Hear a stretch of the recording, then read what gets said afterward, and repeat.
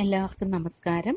ഇന്ന് നമ്മൾ ധർമ്മിഷ്ഠനായ രാധേയൻ എന്ന പാഠഭാഗത്തിൻ്റെ അവസാന ഭാഗമാണ് പഠിക്കുന്നത്. അതായത് പേജ് നമ്പർ 55 പേജിൽ കൃഷ്ണീകുല നായകനായ വാസുദേവ എന്ന് തുടങ്ങി അവസാനത്തെ ഭാഗം വരെ. കഴിഞ്ഞ ക്ലാസ്സിൽ നമ്മൾ കർണനെ പാണ്ഡവ പക്ഷത്തേക്ക് ക്ഷണിച്ചുകൊണ്ട് കൃഷ്ണന്റെ വാഗ്ദാനങ്ങളാണ് പഠിച്ചത്. ഇന്നിപ്പോൾ കൃഷ്ണന്റെ വാഗ്ദാനങ്ങൾക്ക് കർണന്റെ മറുപടിയാണ് ഈ ഭാഗങ്ങളിൽ നമ്മൾ പഠിക്കുന്നത്. പാഠത്തിലേക്ക് കടക്കാം. വൃഷ്ണീകുല നായകനായ വാസുദേവ, നിന്റെ സൗഭാഗ്യത്തിനു മുൻപിൽ കർണൻ ഇതാ ശിരസ് നമിക്കുന്നു. സ്നേഹബുദ്ധി കൊണ്ടും എന്റെ നന്മയെ കാക്ഷിച്ചുമാണ് നീ ഇതൊക്കെ എന്നോട് പറഞ്ഞത്. എനിക്കതിൽ അശേഷം സംശയമില്ല. നിന്നെ കുറച്ച് ആദരവും നിന്നോട് ഭക്തിയുമുള്ളവനാണ് നീ ആരെന്നറിയുന്ന ഈ കർണൻ.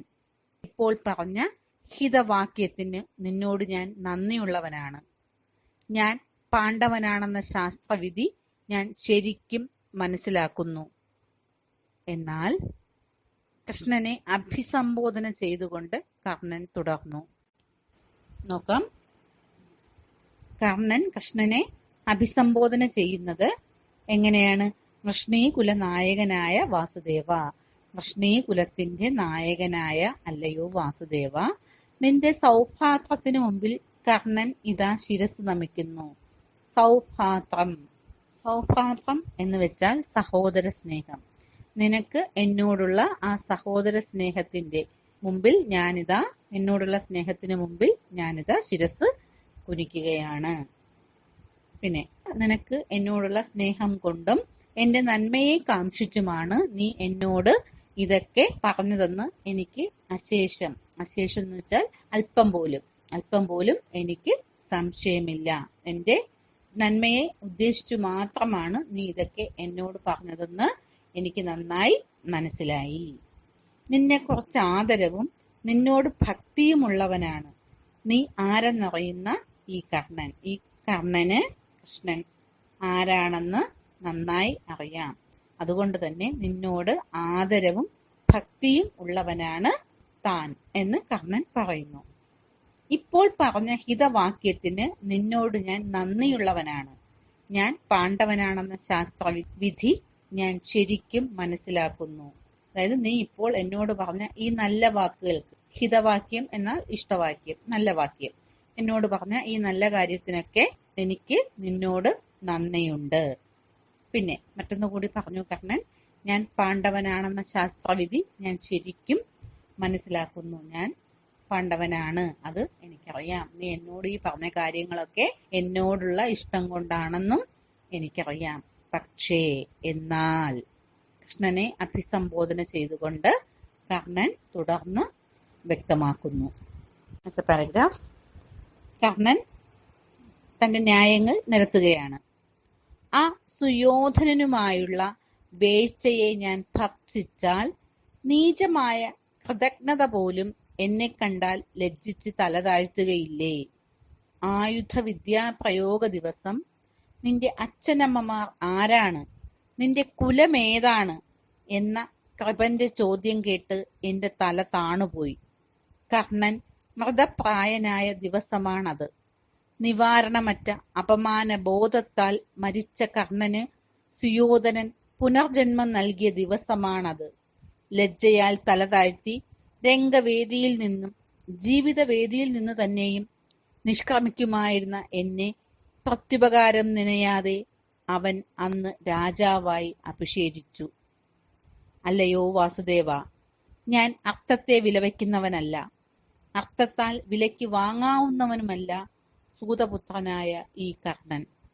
സുയോധനൻ തന്ന രാജ്യവും വിഭൂതികളും അവയ്ക്ക് വേണ്ടി മാത്രമായി ഞാൻ വിലമതിക്കുന്നില്ല എന്നും നീ അറിയണം.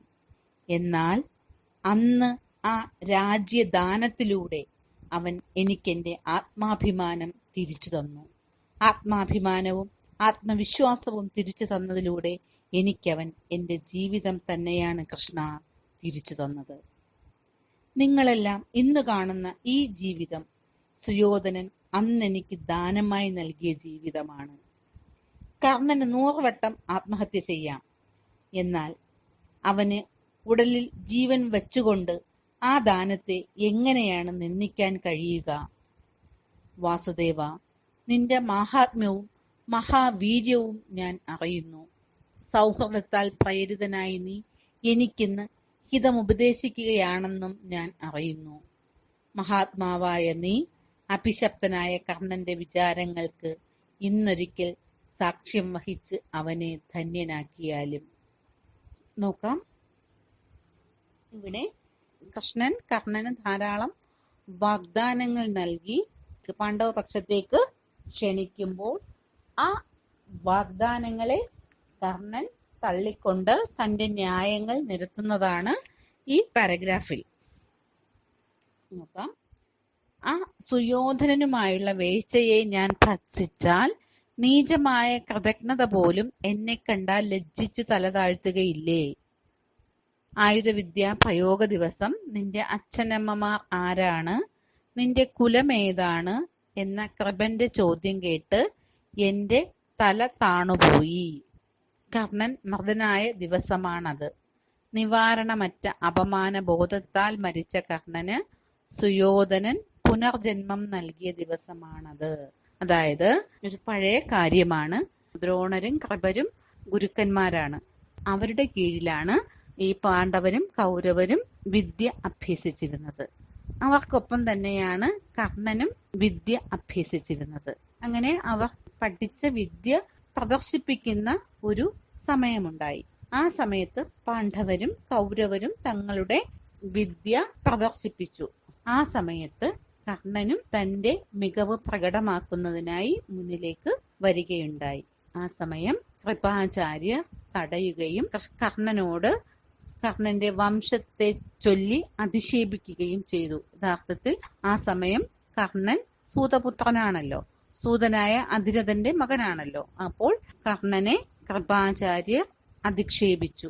ആ സമയം ആ വേദിയിൽ നിന്ന് അപമാനിതനായി പുറത്തേക്ക് പോകുവാൻ ഒരുങ്ങിയ, അതായത് കുലം പറഞ്ഞ് അപമാനിച്ച സന്ദർഭത്തിൽ അവിടെ നിന്നും തല താഴ്ത്തി പോകുവാൻ ഒരുങ്ങിയ കർണനെ കൗരവരിൽ മൂത്തയാളായ ദുര്യോധനൻ അംഗരാജ്യത്തെ രാജാവായി കർണനെ അവരോധിക്കുകയും അദ്ദേഹത്തെ തങ്ങളുടെ പക്ഷത്തേക്ക് ചേർത്ത് പിടിക്കുകയും ചെയ്തു.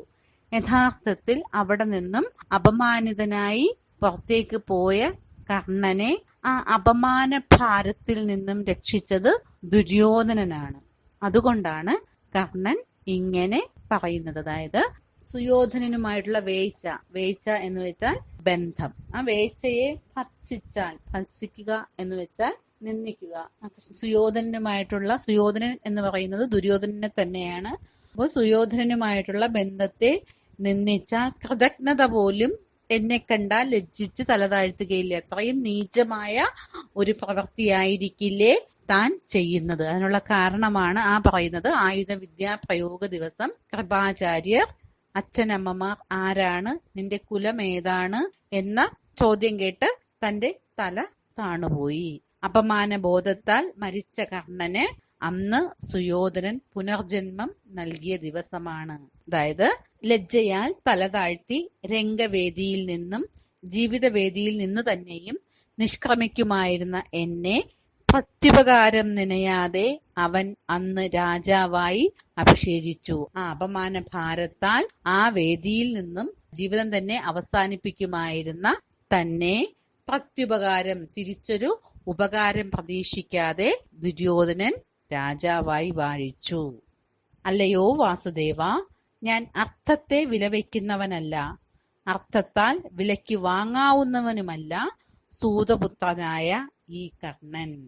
കൃഷ്ണനോട് പറയുകയാണ്, അല്ലയോ വാസുദേവ, ഞാൻ ഈ കർണൻ അർത്ഥം എന്ന് വെച്ചാൽ ധനത്തെ വിലവെക്കുന്നതല്ല, ധനത്തെ കാക്ഷിക്കുന്നവനല്ല, ആഗ്രഹിക്കുന്നവനല്ല, അർത്ഥത്താൽ വിലയ്ക്ക് വാങ്ങാവുന്നവനുമല്ല ഈ കർണൻ. പൈസ കൊണ്ട് അല്ലെങ്കിൽ പല വാഗ്ദാനങ്ങൾ കൊണ്ട് എന്നെ വിലയ്ക്ക് വാങ്ങുവാൻ ആവില്ല, അല്ലയോ വാസുദേവ എന്നാണ് കർണൻ പറയുന്നത്. നോക്കൂ, കർണന്റെ ഏറ്റവും മഹത്തരമായ ഒരു പ്രവൃത്തിയാണിത്, അല്ലെങ്കിൽ ഏറ്റവും മഹാത്മ്യമുള്ള ഒരു വാക്കാണ്.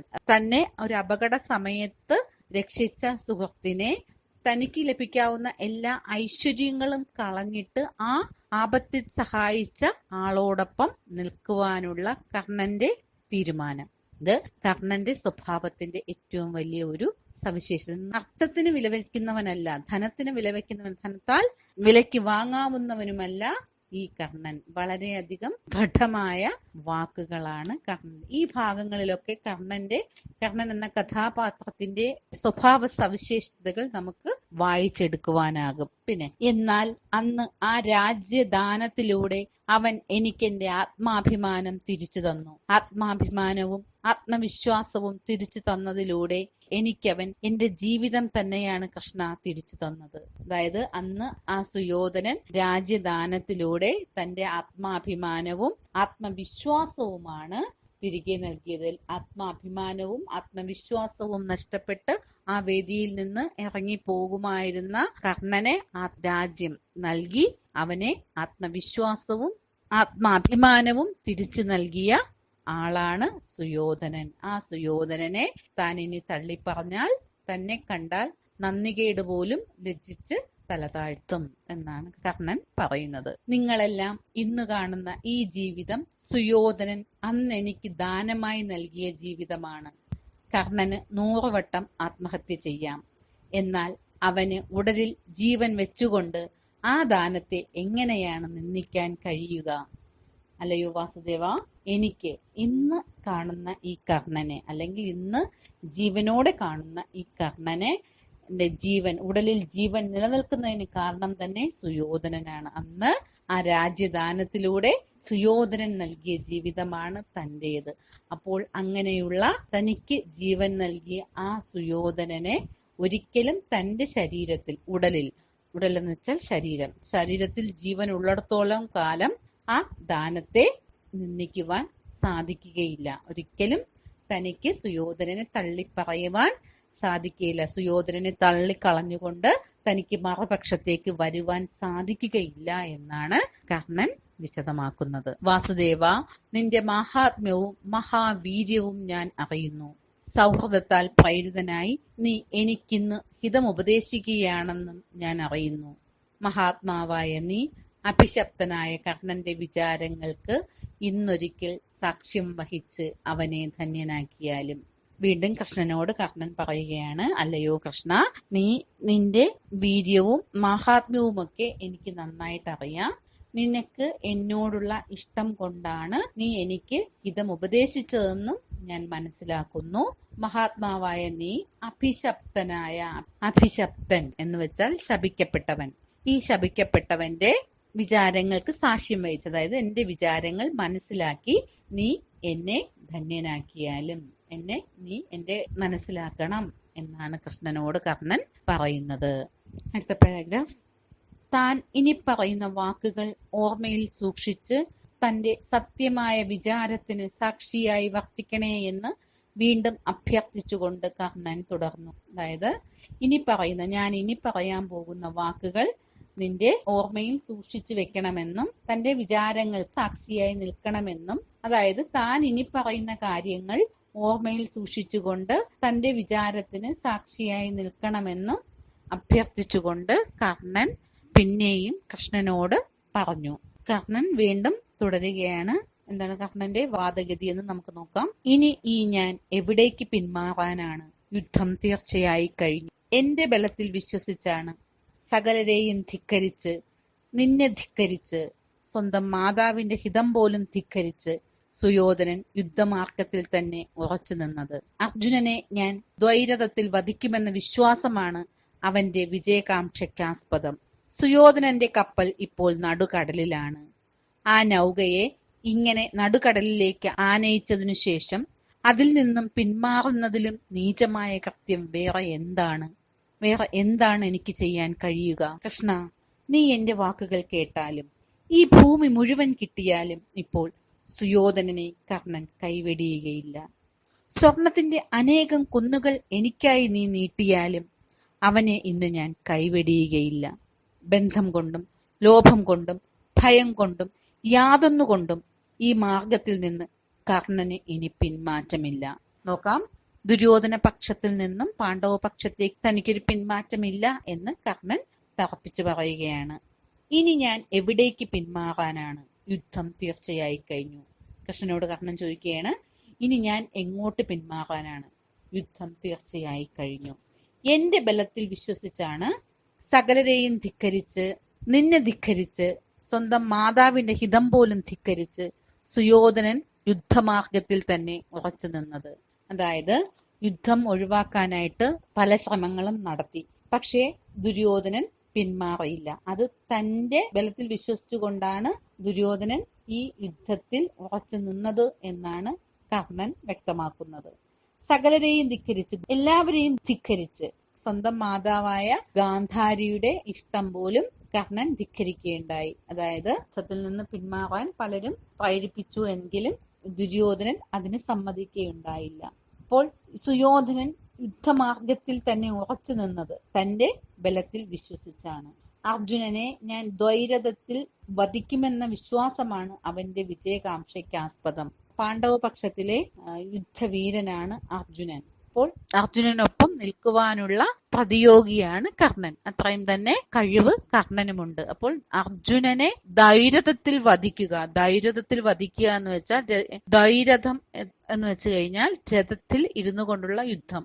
അപ്പോൾ അങ്ങനെ ദ്വൈരഥത്തിൽ വധിക്കുമെന്ന വിശ്വാസമാണ് ദുര്യോധനന്റെ വിജയകാംക്ഷയ്ക്ക് ആസ്പദം. അതായത് കർണൻ അർജുനനെ വധിക്കും എന്ന കാര്യം തീർച്ചയുള്ളത് കൊണ്ട് തന്നെയാണ് ദുര്യോധനൻ ഈ യുദ്ധമാർഗത്തിൽ ഉറച്ചു നിന്നത്. കർണനോടുള്ള വിശ്വാസം ഒന്നുകൊണ്ട് മാത്രമാണ് ദുര്യോധനൻ ഈ യുദ്ധമാർഗത്തിൽ ഉറച്ചു നിന്നത്.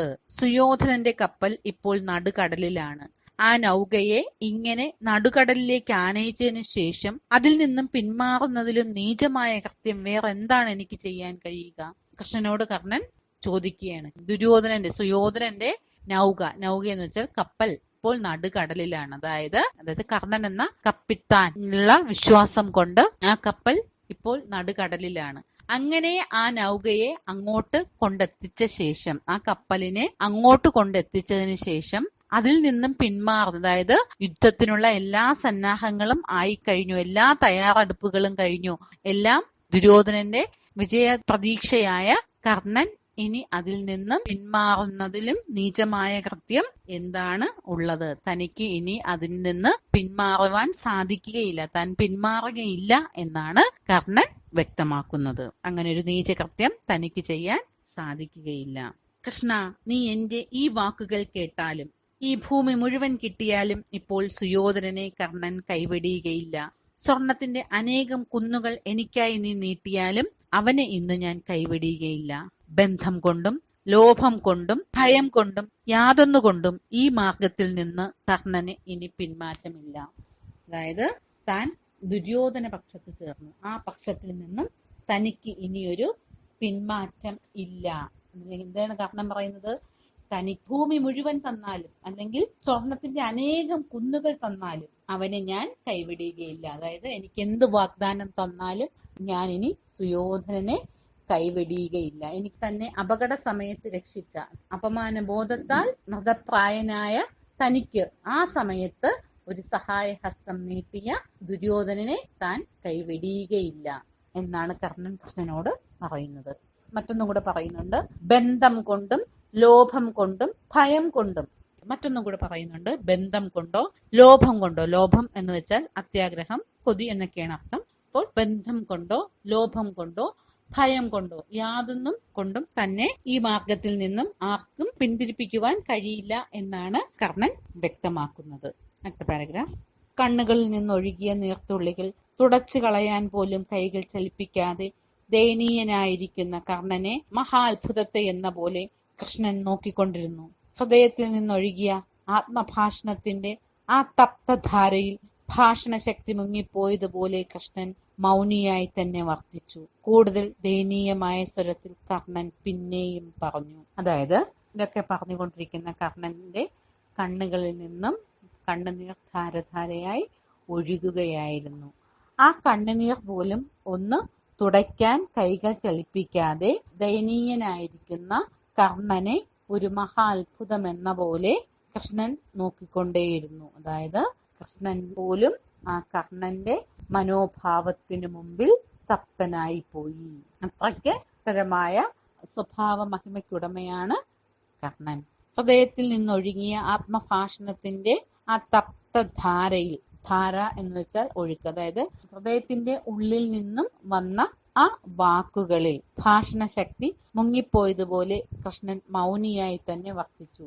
അതായത് കർണന്റെ ഉള്ളിൽ തട്ടി വന്ന ആ വാക്കുകളിൽ കൃഷ്ണന്റെ സംഭാഷണ ശക്തി പോലും മുങ്ങിപ്പോയതുപോലെ ആയിത്തീർന്നു. അതായത് കൃഷ്ണന് സംസാരിക്കുവാൻ പോലും ശേഷിയില്ലാതെ ഇരുന്നു പോയി. അത്രയധികം ഹൃദയത്തിൽ നിന്ന് ഉതിർന്നു വന്ന ആ വാക്കുകൾ കൃഷ്ണനെ പോലും മൗനിയാക്കി തീർത്തു. കൂടുതൽ ദീനമായ സ്വരത്തിൽ കർണൻ പിന്നെയും പറഞ്ഞു. വീണ്ടും കർണൻ തുടരുകയാണ്.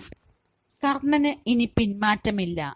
എന്നാൽ നീ ഇന്നു കാണിച്ച സ്നേഹവും അഭ്യുദയകാംക്ഷയും എന്നിൽ എന്നും ജീവിക്കും. യുദ്ധം മുമ്പിൽ തന്നെ നിൽക്കുന്നു. ജയാപജയങ്ങൾ അതിന്റെ പിന്നിൽ എവിടെയോ പതിഞ്ഞു വർത്തിക്കുന്നു. ജയാപജയങ്ങൾ ഗൗനിക്കാതെ, മരണഭയം കൂടാതെ സുയോധനന് വേണ്ടി എന്റെ സ്വന്തം അനുജന്മാരുമായി ഞാൻ യുദ്ധം ചെയ്യും. സ്വന്തം ഭ്രാതാക്കളോടും അഭ്യുദയകാംക്ഷയും സ്വജനവുമായ നിന്നോടും ജീവൻ മറന്ന് ഞാൻ യുദ്ധം ചെയ്യും. ആ യുദ്ധത്തിൽ അർജുന ശരമേറ്റ് കർണൻ എന്ന് ഭൂമിയിൽ വീഴുന്നുവോ കൃഷ്ണ, അന്നാണ് പാണ്ഡവർ യുദ്ധം ജയിക്കുക. അതായത് കർണൻ തന്റെ തീരുമാനം ദൃഢമായി വ്യക്തമാക്കുകയാണ് ഇവിടെ. അതായത് കർണന് ഇനി ഒരു പിന്മാറ്റമില്ല എന്ന് കർണൻ തറപ്പിച്ചു പറയുന്നു. എന്നാൽ ഇന്ന് നീ കാണിച്ച സ്നേഹവും അഭ്യുദയകാംക്ഷ എന്ന് വെച്ചാൽ ഉന്നതിയിലുള്ള ആഗ്രഹം, ഉയർച്ചയിലുള്ള ആഗ്രഹം. നീ എന്നോട് കാണിച്ച ഈ അഭ്യുദയകാംക്ഷ എന്നും എന്റെ ഉള്ളിലുണ്ടാകും.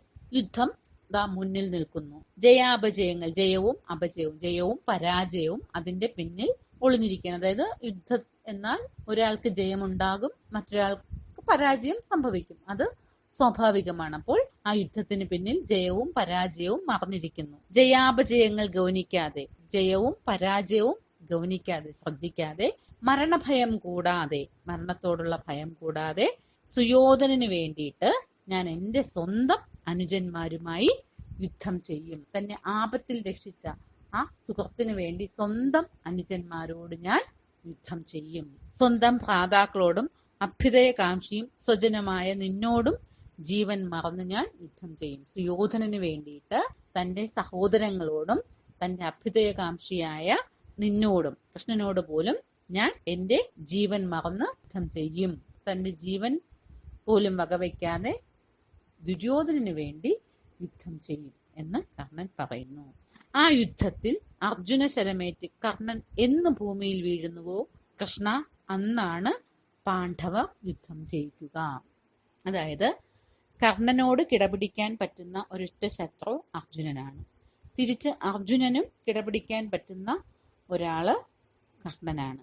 ഇവരാണ് പ്രതിയോഗികൾ. അപ്പോൾ എന്നാണോ അർജുനന്റെ ശരമേറ്റ് ഞാൻ ഭൂമിയിൽ പതിക്കുക, അന്നാണ് പാണ്ഡവർ വിജയിക്കുക എന്ന് കർണൻ പറയുന്നു. അതായത് തന്റെ ജീവൻ ഉള്ളിടത്തോളം കാലം താൻ ദുര്യോധനന് വേണ്ടി മാത്രമായിരിക്കും ജീവിക്കുക. അവിടെ തനിക്ക് തന്റെ സ്വന്തം സഹോദരങ്ങൾ എന്ന സ്ഥാനത്തിനപ്പുറം ദുര്യോധനനോടുള്ള കടപ്പാടാണ് ഏറ്റവും പ്രാമുഖ്യമുള്ളത് എന്നാണ് കർണന്റെ ഈ വാക്കുകളിൽ നിന്ന് നമുക്ക് മനസ്സിലാക്കാൻ സാധിക്കുക. താൻ എന്നാണോ ഭൂമിയിൽ പതിക്കുക അന്ന് മാത്രമേ പാണ്ഡവർക്ക് വിജയം ഉണ്ടാവുകയുള്ളൂ എന്ന് കൃഷ്ണനോട് കർണൻ തറപ്പിച്ച് പറയുന്നു.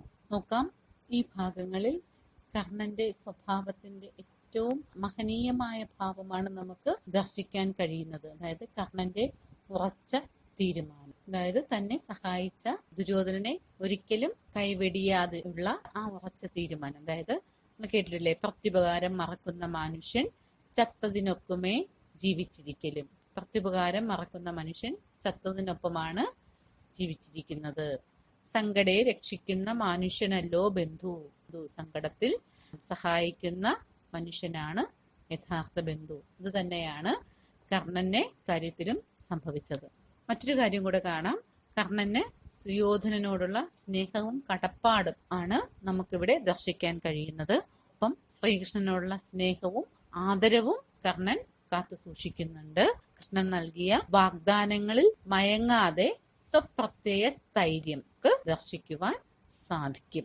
ആപത്തിൽ സഹായിച്ച ഒരാളെ അർത്ഥത്തിനു വേണ്ടി അധികാരത്തിനു വേണ്ടിയും ഉപേക്ഷിക്കുകയില്ല എന്ന കർണന്റെ ദൃഢനിശ്ചയം തന്നെയാണ് നമുക്ക് ഇവിടെ വ്യക്തമായി കാണാൻ സാധിക്കുന്നത്. ഇങ്ങനെ കർണൻ തന്റെ വാദമുഖങ്ങൾ യുക്തിഭദ്രമായി തന്നെ കൃഷ്ണന്റെ മുൻപിൽ അവതരിപ്പിച്ചു എന്നതാണ് നമുക്കിവിടെ കാണാൻ സാധിച്ചത്. പുരാണ ഇതിഹാസങ്ങൾ, വേദങ്ങൾ, ഉപനിഷത്തുകൾ, വ്യത്യസ്തമായ അനേകം നാടോടി സാഹിത്യ രൂപങ്ങൾ എന്നിവയെല്ലാം ചേർന്ന് രൂപപ്പെട്ടതാണ് ഇന്ത്യയുടെ മഹത്തായ സാംസ്കാരിക പൈതൃകം.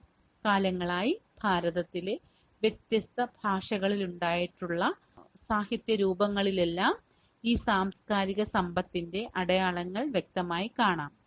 മലയാള ഭാഷയും ഈ പൈതൃകത്തിന്റെ കൈപിടിച്ചാണ് വളർന്നതും വികസിച്ചതും. പുരാണ ഇതിഹാസങ്ങളിലെ കഥാപാത്രങ്ങളെ പറ്റി കൂടുതലായി മനസ്സിലാക്കുവാൻ ഇത്തരം പാഠങ്ങൾ കുട്ടികളെ സഹായിക്കുന്നു. ഇതോടുകൂടി ഈ പാഠഭാഗം കഴിഞ്ഞു.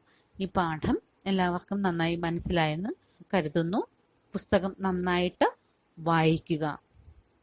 നന്ദി.